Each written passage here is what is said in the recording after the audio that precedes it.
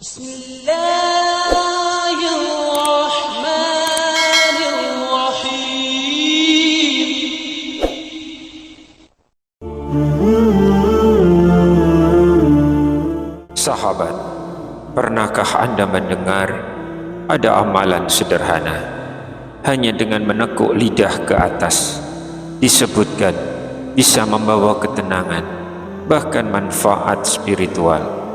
Sebagian orang menganggapnya mistis, namun sebagian lagi mengamalkannya. Bismillahirrahmanirrahim.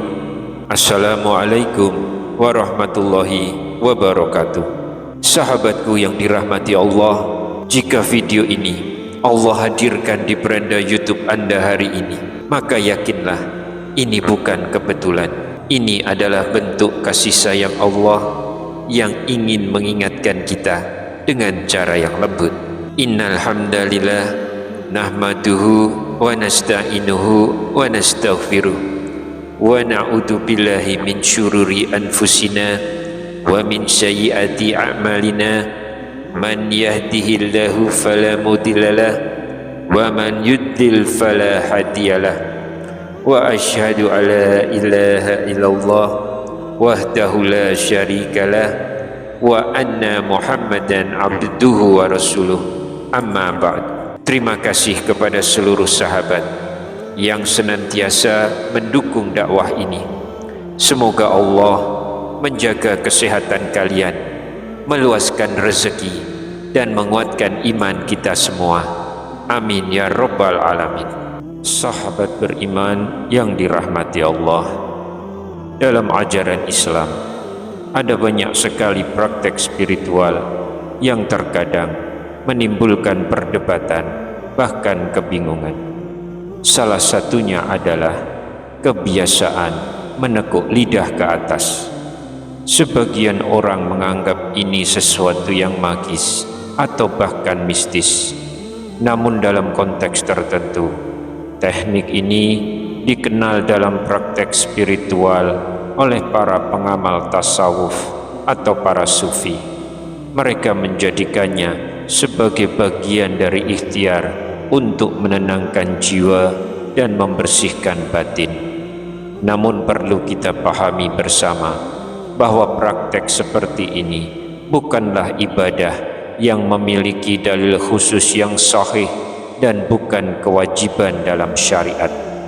Ini lebih kepada bentuk latihan atau pengalaman spiritual yang dilakukan sebagian ulama sebagai sarana mendekatkan diri kepada Allah, bukan jaminan hasil dan bukan pula sesuatu yang harus diyakini secara mutlak. Lalu, apa saja yang disebut sebagai manfaatnya? Namun sebelum lanjut, saya ingin menyapa Anda semua. Silahkan tuliskan di kolom komentar Anda menyimak dari kota atau daerah mana. Semoga Allah menyatukan kita dalam majelis ilmu ini meski terpisah jarak. Jangan lupa untuk tekan tombol like dan subscribe channel ini. Bahagia hati saya jika bisa mengetahui channel ini membagikan kebaikan hingga ke hadapan sahabat-sahabat semua. Oleh karena itu, mari kita bisa saling mendoakan di kolom komentar, karena doa muslim kepada saudaranya lebih cepat dikabulkan Allah subhanahu wa ta'ala. Amin, Allahumma amin. Sahabat, kita masuk ke yang pertama, yaitu menguatkan konsentrasi dalam zikir. Dalam ibadah, khususnya berzikir, konsentrasi adalah kunci utama. Imam Al-Ghazali pernah menyampaikan bahwa ibadah tanpa konsentrasi ibarat tubuh tanpa ruh, artinya kosong. Dalam prakteknya, ketika seseorang selesai sholat lalu ingin berzikir namun merasa terganggu oleh suara atau suasana di sekitarnya, ia bisa diam sejenak, menekuk lidah ke atas. Sebagian orang merasakan bahwa ini membantu memusatkan pikiran. Namun sekali lagi, Ini bukan ajaran khusus dari dalil yang sahih, melainkan hanya metode yang dirasakan membantu oleh sebagian orang.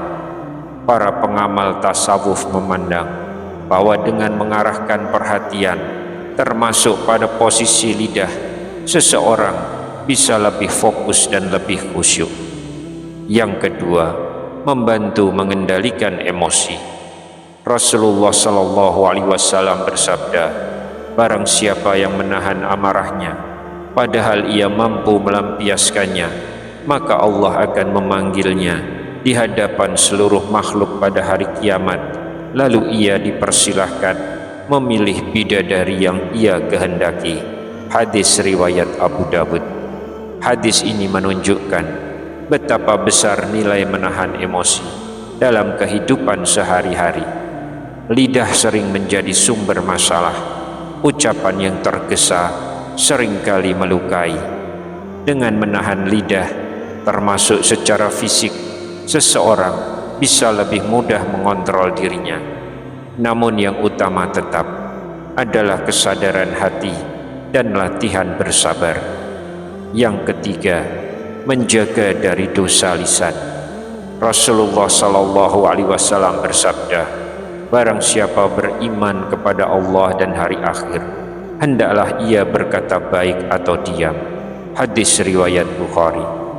Ini adalah prinsip utama. Menjaga lisan bukan sekedar diam, tetapi memastikan bahwa setiap ucapannya bernilai baik. Dalam kondisi tertentu, saat seseorang berada dalam lingkungan yang penuh ghibah atau pembicaraan yang tidak bermanfaat, ia bisa memilih diam, menahan diri. Sebagian orang menggunakan cara menekuk lidah sebagai pengingat untuk tidak ikut dalam pembicaraan tersebut. Namun yang terpenting adalah kesadaran untuk menjauhi dosa lisan. Allah berfirman dalam Al-Quran, surah Al-Hujurat ayat 12, dan janganlah sebagian kalian menggunjing sebagian yang lain. Apakah salah seorang di antara kalian suka memakan daging saudaranya yang sudah mati? Maka tentu kalian merasa jijik. Yang keempat, menjaga kesehatan mental. Sahabat, dalam agama Islam, ketenangan jiwa sangat ditekankan. Konsep tawakal menjadi pondasi utama. Tawakal bukan berarti pasrah tanpa usaha, tetapi menyerahkan hasil kepada Allah setelah berikhtiar. Dalam beberapa kitab disebutkan amalan seperti membaca nama Allah Al-Hakam, Al-Hakam, Al-Hakam. Ini termasuk amalan yang bersifat pengalaman para ulama, bukan kewajiban syariat. Menekuk lidah dalam kondisi tenang juga disebut membantu menghadirkan fokus. Namun kembali, ini hanyalah sarana, bukan inti ibadah. Intinya tetap berzikir, berdoa, dan kedekatan kepada Allah. Yang kelima, meningkatkan fungsi otak. Disebutkan bahwa menekuk lidah ke atas dapat membantu aliran tertentu dalam tubuh. Namun hal ini tidak memiliki dasar dalil syariat dan lebih masuk pada penjelasan pengalaman atau pendekatan non-medis tertentu. Yang jelas, zikir, ketenangan, dan fokus memang terbukti membantu kejernihan berpikir, dan itu yang utama. Kemudian yang keenam, menangkap ilham dari Allah. Rasulullah Shallallahu Alaihi Wasallam bersabda, tidaklah pagi hari kecuali ada dua malaikat yang turun. Hadis riwayat Bukhari dan Muslim. Ini menunjukkan bahwa pagi hari adalah waktu yang penuh keberkahan. Sebagian praktek menyarankan duduk setelah subuh. Tenanglah, fokus. Namun perlu dipahami bahwa ilham bukan wahyu dan tidak bisa dijadikan dasar hukum. Ia hanya sebatas dorongan kebaikan yang harus tetap diukur dengan Al-Quran dan Sunnah. Yang ketujuh, menenangkan pikiran dan meredakan stres. Saat seseorang merasa gelisah, merasa cemas, penuh dengan tekanan, ia bisa mengambil waktu untuk diam, berzikir, menarik nafas perlahan, membaca dalam hati, Rabbi firli, Rabbi firli, Rabbi firli, Subhanallah, Subhanallah, Subhanallah. Ini adalah zikir yang jelas diajarkan dan memiliki keutamaan. Adapun teknik tertentu seperti posisi lidah itu hanya pelengkapnya, bukan intinya. Yang kedelapan, menyelaraskan fungsi bawah sadar. Rasulullah Shallallahu Alaihi Wasallam bersabda, setiap anak dilahirkan dalam keadaan fitrah. Hadis riwayat Bukhari. Fitrah ini adalah potensi kebaikan.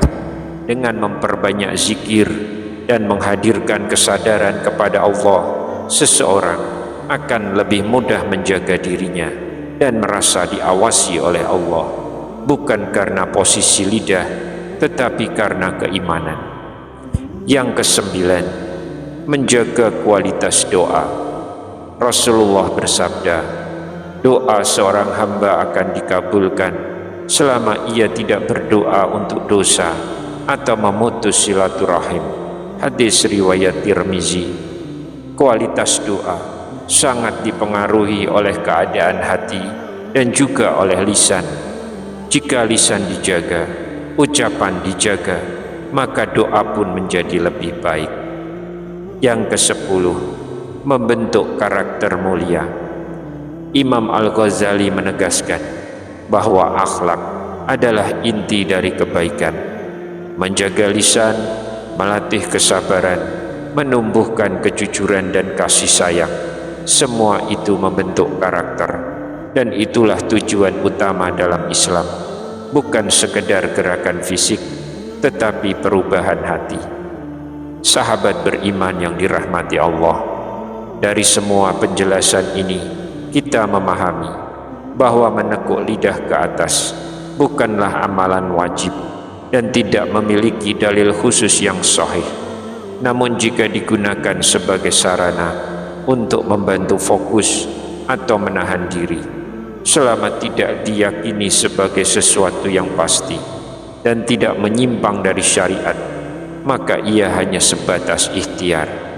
Yang terutama, tetaplah berzikir, doa, dan mengikuti tuntunan Rasulullah Sallallahu Alaihi Wasallam.